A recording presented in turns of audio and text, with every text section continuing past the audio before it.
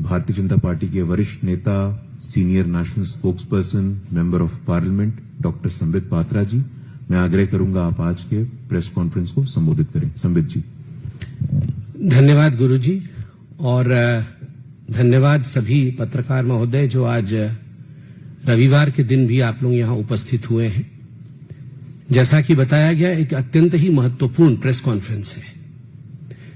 विगत कुछ वर्षों से हम देख रहे हैं कि ऑपोजिशन, खास करके कांग्रेस पार्टी, राजद, आरजेडी इत्यादि जिस प्रकार से झूठे तरीके से, भ्रामक तरीके से संवैधानिक संस्थाओं पर हमला बोल रही है, ये कहीं न कहीं भारत के स्टेचर को कम करने की एक साजिश है, एक कोशिश है।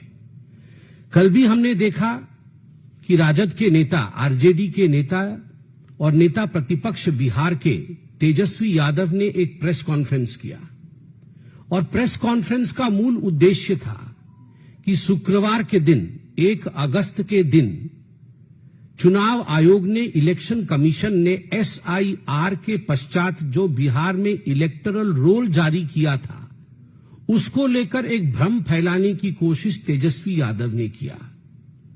तेजस्वी यादव जी ने कहा कि इस इलेक्टोरल रोल में, जिसे कि चुनाव आयोग ने अभी जारी किया है, मेरा नाम नहीं है, और चूंकि मेरा नाम नहीं है, क्या मैं इस बार बिहार के चुनाव में भाग ले पाऊंगा?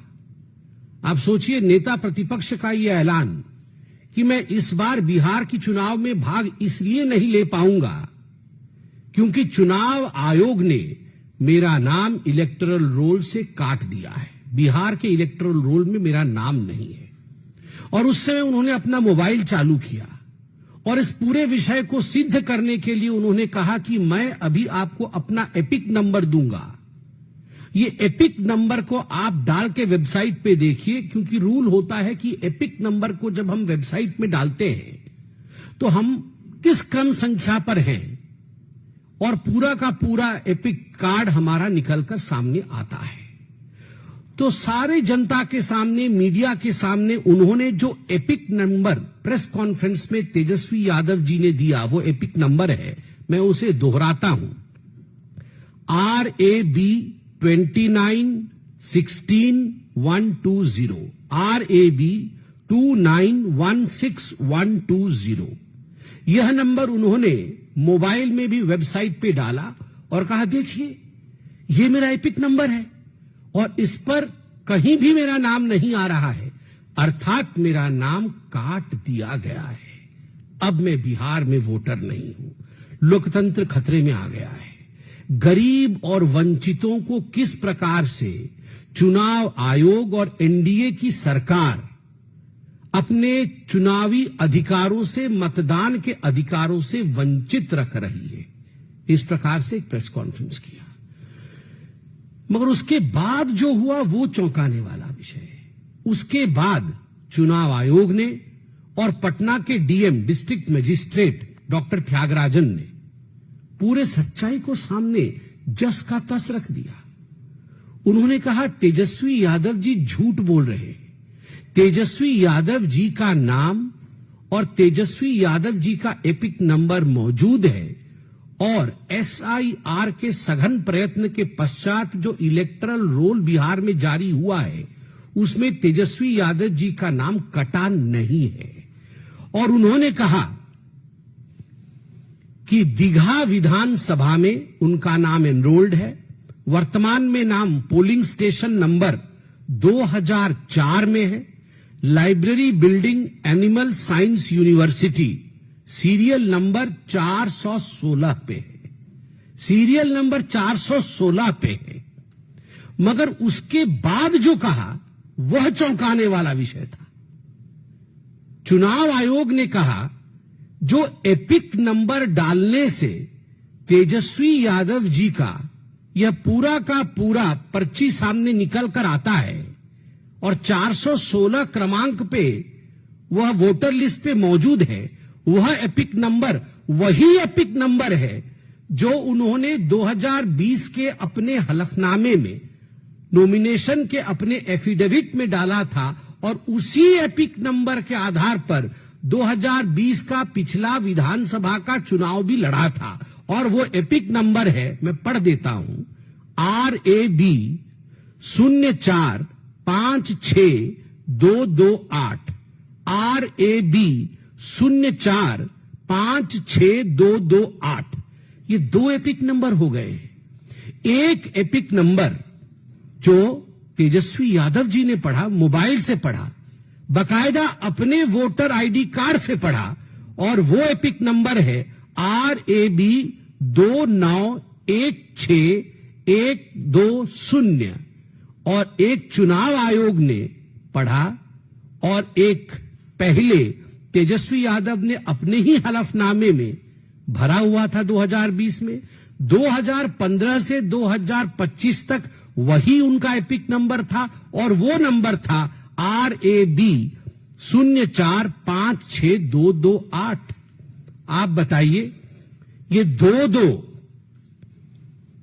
दो एपिक कार्ड नंबर कैसे हैं तेजस्वी यादव जी के पास? क्या तेजस्वी यादव के पास 2 वोटर आईडी कार्ड थे? क्या तेजस्वी यादव जी के पास, मैं कैमरे में नजर मिलाकर, मुझे पता है तेजस्वी जी आप टीवी देख रहे हैं, और मुझे यह भी पता है बगल में राहुल गांधी जी बैठे होंगे एटम बॉम्ब लिए हुए, आप दोनों बैठे हुए हैं, मैं दोनों से निगाह मिला के पूछ रहा हूं, क्या तेजस्वी यादव जी आपके पास 2 वोटर आईडी कार्ड है? ये जघन्य अपराध, ये भारत के लोकतंत्र और चुनाव आयोग के साथ खिलवाड़ किसने किया है?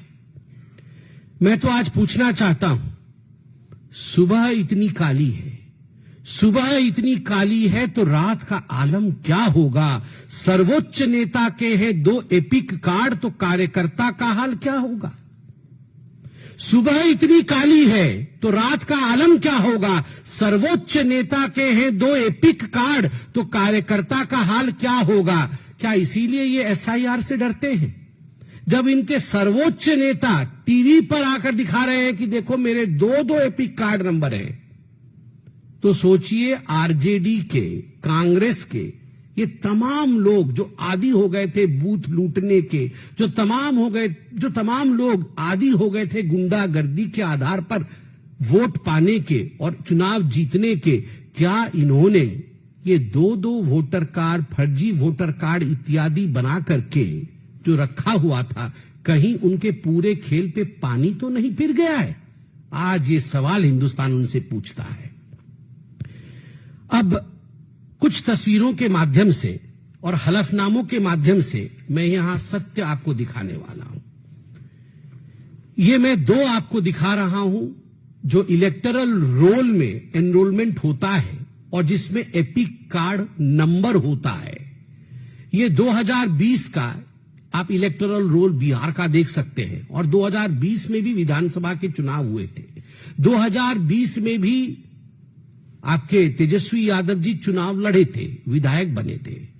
2025 का भी आप देख सकते हैं इलेक्टोरल रोल, जिसमें अभी जो जारी हुआ है, दोनों में इस कोने पे आप एपिक कार्ड नंबर देख सकते हैं। आप देखिए 2020 और 2025 का एपिक कार्ड नंबर एक ही है, और वो एपिक कार्ड नंबर जैसे मैंने पढ़ा RAB 04562228, एपिक कार्ड नंबर जो होता है वो 10 डिजिट नंबर होता है। उसमें लेटर्स और नंबर मिलके 10 की संख्या होनी चाहिए। ये 10 की संख्या है। Election photo identity card number epic का अर्थ होता है election photo identity card number, और वो नंबर आप दोनों में देख सकते हैं, 20 और 25 में एक ही है। किंतु तेजस्वी यादव जी ने एक नया नंबर अपने ही वोटर कार्ड का दिखाया, और जो दिखाया वह भी हम साथ लेके आए हैं, वह भी आपको अभी हम दिखाने वाले हैं। आप बताइए कि किस प्रकार की धांधली यहां चल रही है। इसके साथ साथ मैं हलफनामा भी पढ़ना चाहूंगा। पहले हलफनामा पढ़ूंगा, फिर आपको ये तस्वीर है, जिस तस्वीर में अलग एपिक नंबर था, जिसका नंबर है RAB 2916120, जो गलत नंबर बताया गया था। कल प्रेस कॉन्फ्रेंस में जो बताया गया था वो वोटर आईडी कार्ड देखिए आप। तो दो वोटर आईडी कार्ड हैं। एक वोटर आईडी कार्ड जो मैंने आपको दिखाया और वह एपिक कार्ड के साथ यह है, और दूसरा वाला यह है जिसमें दूसरे एपिक कार्ड नंबर का जिक्र कल तेजस्वी जी कर रहे थे। यह है तेजस्वी यादव की हकीकत। इसमें से सच कौन, इसमें से झूठ कौन? तेजस्वी यादव दो जगह वोट डालते थे, आप सोचिए तो इनके कार्यकर्ता क्या करते होंगे। और ये जो तिलमिलाहट है, ये इसी कारण से तिलमिलाहट है। 2015 और 2020 दोनों के चुनाव के हलफनामे, नॉमिनेशन पेपर और एफिडेविट में लेके आया हूं। मैं 2020 को, क्योंकि बहुत कम समय के अंदर हमें इसे समाप्त भी करना है, मैं 2020 का हलफनामा पढ़ देता हूं। आप देख लीजिए अच्छे से, यह हलफनामा है। मैंने इसको दूसरे पेज में अच्छे से टाइप कराया है ताकि मैं बिना चश्मे के भी अच्छे से पढ़ सकूं। इसमें कोई संदेह मत रखिए, ये जो लिखा हुआ है मैं इसको अच्छे से पढ़ सकूं, इसलिए सेकंड पेज में टाइप किया है मैंने बड़े से। 2020 का हलफनामा। मैं विधानसभा के निर्वाचन के लिए 128 राघोपुर विधानसभा निर्वाचन क्षेत्र से अभ्यर्थी के रूप में निम्नलिखित को नाम निर्दिष्ट करता हूं। अभ्यर्थी का नाम तेजस्वी प्रसाद यादव, पिता का नाम लालू प्रसाद, उनका डाक का पता 208 कौटिल्य नगर, एमपी एमएलए कॉलोनी, पोस्ट बीवी कॉलेज, जिला पटना। उसका नाम 181 दीघा सामान्य, ये सीट का नाम है, 181 दीघा सामान्य। विधानसभा निर्वाचन क्षेत्र की निर्वाचक नामावली के भाग संख्या 160 में क्रम संख्या 511 पर प्रविष्ट है। आप देखिए, क्रम संख्या 511 पर भाग संख्या 160 पर प्रविष्ट है। मेरा नाम सुबोध कुमार है, जो मतलब इन्होंने इनका नाम प्रपोज किया है, और उसमें जो क्रम संख्या और इत्यादि मैंने बताया, आप देखिए 511 आप देख सकते हैं, और उसके बाद जो एपिक कार्ड नंबर है वह भी आप देख सकते हैं। एपिक कार्ड नंबर वही है जो चुनाव आयोग ने कहा हलफनामा में उन्होंने भरा हुआ है। बार बार मैं इस एपिक कार्ड नंबर को पढ़ रहा हूं। आप सोचिए, ये 2020 के हलफनामे में तेजस्वी यादव जी ने जो एपिक कार्ड नंबर दिया, कल उन्होंने खुद आकर प्रेस कॉन्फ्रेंस करके उसे नकार दिया कि ये मेरा एपिक कार्ड नंबर नहीं है। तो क्या आपने गलत हलफनामा दिया था? Did you file a wrong nomination paper? Did you lie under oath during filing nomination? Nomination के समय ओथ होता है। क्या आपने वहां झूठ बोला और वहां गलत तथ्य आपने परोसा है? अब दोनों तरफ से ये जो डबल एजेड सोर्ड है, ये इधर से भी गला काट रहा है, उधर से भी गला काट रहा है। आप बोलेंगे ये संख्या ठीक है तो उधर से कट जाएगा कि अरे हलफनामा में झूठ दिया, और इधर से आप बोलेंगे ये गलत है तो फिर गया एटम बम तो फटा ही नहीं। मतलब इधर से भी झूठ, उधर से भी झूठ। अब ये जो इंडिया अलायंस वाले हैं, ये केवल तेजस्वी यादव का विषय नहीं है, ये पूरा संपूर्ण इंडिया अलायंस वाले, इन इंडिया अलायंस वालों का राहुल गांधी और तेजस्वी यादव ये बड़ा देश का सोच रहे हैं। आपको क्या लगता है ये संवैधानिक संस्थाओं को बचाने के लिए आए हैं? कोई संवैधानिक संस्था को बचाने नहीं आया है, कोई भी भारतवर्ष के लिए नहीं आया हुआ है। ये आए हैं कि हमारे परिवारों का क्या होगा। इलेक्शन कमीशन जाए गड्ढे में, चुनाव आयोग जिए या ना जिए, रहे या ना रहे, हमारा परिवार रहना चाहिए, हमार दुई को बबुआ रहना चाहिए। ये सबका यही है। ना तो सोनिया गांधी देश के बारे में सोच रही है, चुनाव आयोग के बारे में सोच रही है, और ना ही लालू प्रसाद जी सोच रहे हैं देश के बारे में। ये सब हमार दुई को बबुआ कैसे ठीक से सेटल हो जाए, ये कैसे सेटल हो जाए, बस उसी की लड़ाई चल रही है। और ये राहुल गांधी कह रहे थे मैं एटम बॉम्ब फोड़ूंगा, शायद यही था एटम बॉम्ब उनका, ठुस। जैसा एटम बम पाकिस्तान का, वैसा ही एटम बम इनका।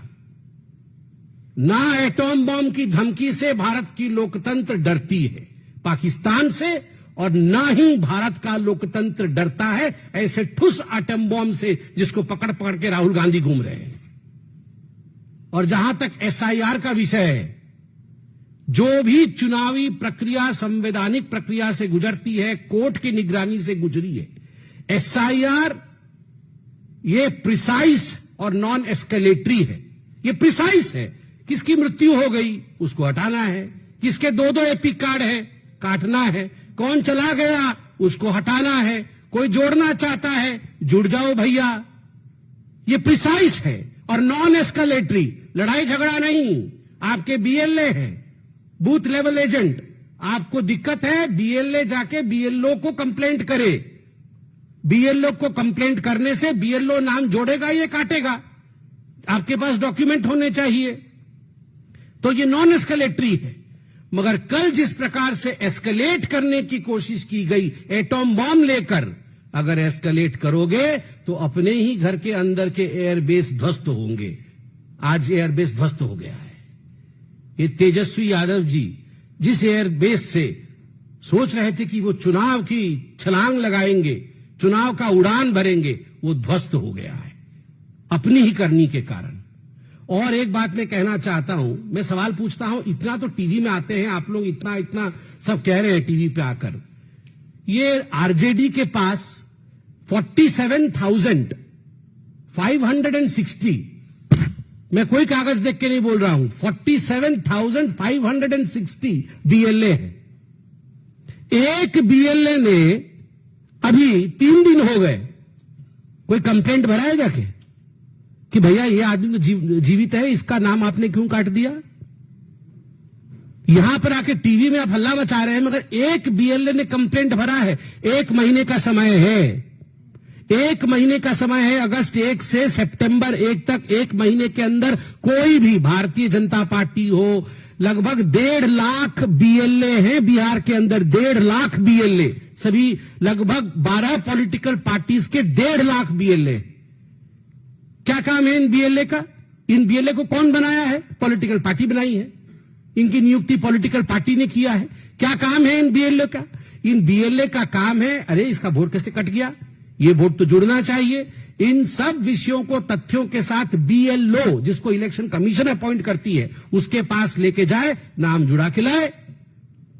अभी तक एक भी किसी पॉलिटिकल पार्टी का एक भी व्यक्ति 1.5 लाख बीएलए में से एक बीएलए नहीं गया है।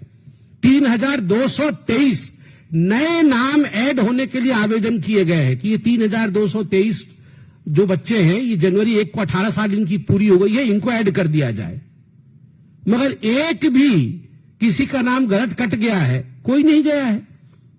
आज मैं अखबारों में पढ़ रहा था। तो कहां बैठे हैं ये जो आपको 47,526 आपके बीएलए, ये क्या कर रहे हैं? पूरी तरह से आज तेजस्वी यादव, आरजेडी, कांग्रेस पार्टी और उनका एटम बम ये एक्सपोज हो चुका है। और मुझे लगता है ये एक एंटीसिपेटरी बेल था हार से पहले का। मुझे तो याद है तेजस्वी यादव कह रहे थे वो बहिष्कार कर देंगे, चुनाव ही नहीं लड़ेंगे। अब उनकी पार्टी ने साथ नहीं दिया तो अब चुपचाप एपिक कार्ड दिखा रहे हैं।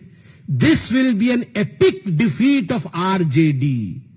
If you fool the people of India with epic numbers, you will face an epic defeat in the coming elections. बहुत बहुत धन्यवाद। कोई प्रश्न हो तो अवश्य पूछे, मगर कोई प्रश्न पूछे उससे पहले एक अलग विषय पर मैं 2 लाइन कहना चाहूंगा। वह है जितेंद्र आव्हाड जी का विषय। ये महाराष्ट्र के नेता है और शरद पवार जी के पार्टी के नेता है। इन्होंने आज फिर से सनातन धर्म को अपशब्द कहे।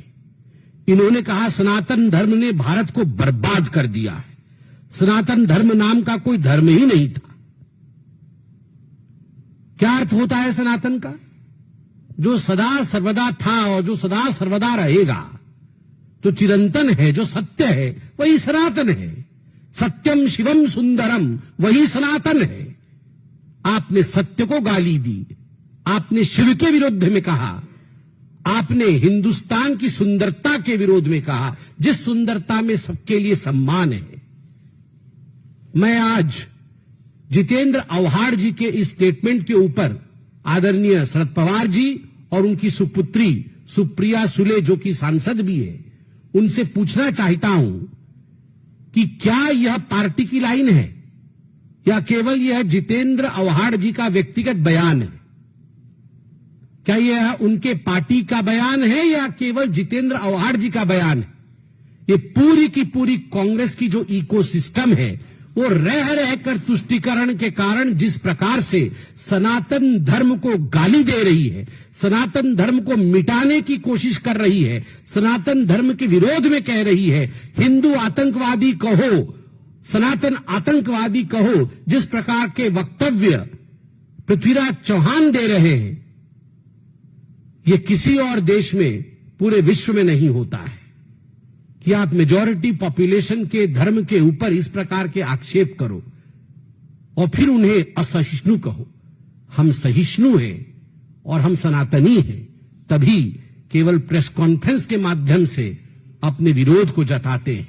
आप सोचिए, यदि आपने ऐसा ही कहा होता कि इस्लाम अलग है और मुस्लिम अलग है, जैसे आपने सनातन अलग है, हिंदू अलग है कहा है, तो प्रेस कॉन्फ्रेंस के माध्यम से जवाब नहीं दिया जाता।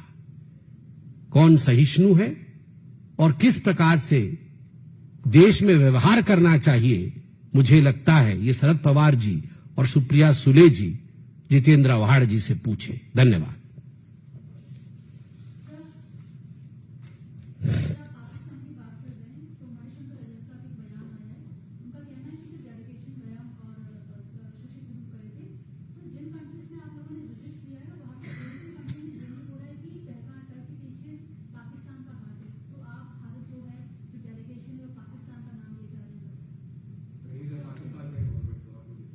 क्या बोल रहे हैं? पाकिस्तान के इन्वॉल्वमेंट में कहा तो हो रहा है कि दुनिया में का कोई देश प्रवाह नहीं रहा है। अच्छा, तो इसमें कोई नई बात नहीं है। मणिशंकर अय्यर जी पूछ रहे हैं कि पाकिस्तान का इन्वॉल्वमेंट पहलगाम में प्रूव नहीं हो रहा है, तो आज की अखबारें पढ़ें। आज के अखबार में छपा है कि एक आतंकी जो ऑपरेशन महादेव में मारा गया, जो LET से संबंध रखता था, लश्कर तैयबा से, उसका नमाजे जनाजा, बॉडी तो यहां रह गया, मगर उसके बॉडी के एब्सेंस में, उस टर्म को मैं इस्लाम में क्या कहा जाता है मैं भूल रहा हूं, मगर वो उस प्रकार का नमाज उसके गांव में POK में हुआ, जिसमें तमाम लोग वहां के आए थे, LET के कमांडर भी आए थे, मगर गांव के लोगों ने कहा देखो तुम लोगों ने, ये ISI वालों ने और पाकिस्तान के कुछ जो आर्मी के अफसरान हैं, आप लोगों ने हमारे बच्चों को किस प्रकार से आतंकी बनाया, उसकी खामियाजा हमें भुगतना पड़ रहा है। यह आज अखबारों में छपा हुआ है।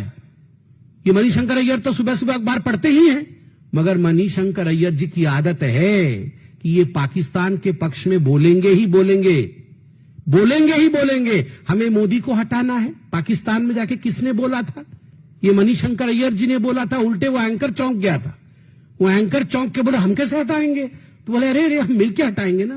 आप सोचिए, ये वही मणिशंकर अय्यर है, और जितने भी कांग्रेसी हैं उनके वो मणि है, बाकी सारे कांग्रेसी वो सारे भी यही बोलते रहते हैं। चिदम्बरम भी अभी बोल रहे थे कि कोई सबूत नहीं है कि पाकिस्तान की इन्वॉल्वमेंट है। मणिशंकर अय्यर भी बोल रहे हैं कि कोई सबूत नहीं है कि पाकिस्तान की इन्वॉल्वमेंट है। तो सारे कांग्रेसी ऐसे ही हैं, तभी तो ये पाकिस्तान में हीरो हैं, तभी तो और कल तो वो बिलावल भुट्टो बोल रहे थे कि हमारे लोग भारत के सदन में बैठे हुए हैं, we have our own people sitting in the parliament of India. तो कौन है वो उनके अपने लोग जो भारत के सदन में बैठे हुए हैं? यही वो लोग हैं, यही वो लोग हैं जो कहते हैं कि पाकिस्तान की इन्वॉल्वमेंट का कोई सबूत नहीं है। वो हिंदुस्तान के पार्लियामेंट में बैठे हुए हैं। राहुल गांधी जी बताइए कौन है वो लोग? वहां का बिलावल कह रहा है तो यहां के बिलावल को भी जवाब देना चाहिए। धन्यवाद।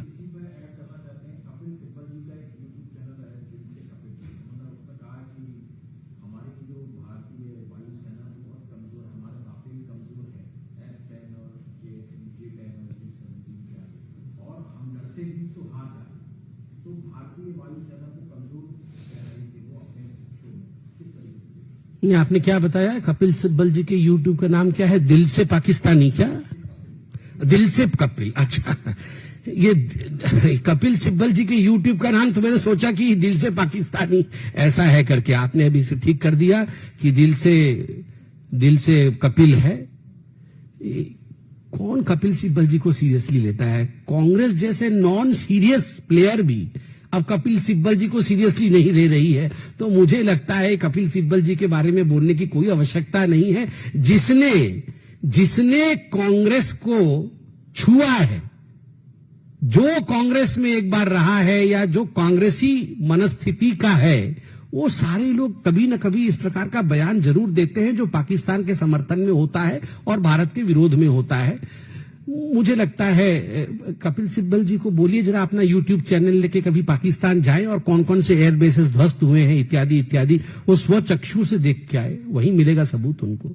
ये भारत में बैठ के बढ़िया बढ़िया यहां खाना पीना खा के भारत के वायुमंडल में भारत के खिलाफ कहना बहुत आसान है। इनको जरा पाकिस्तान भेजिए।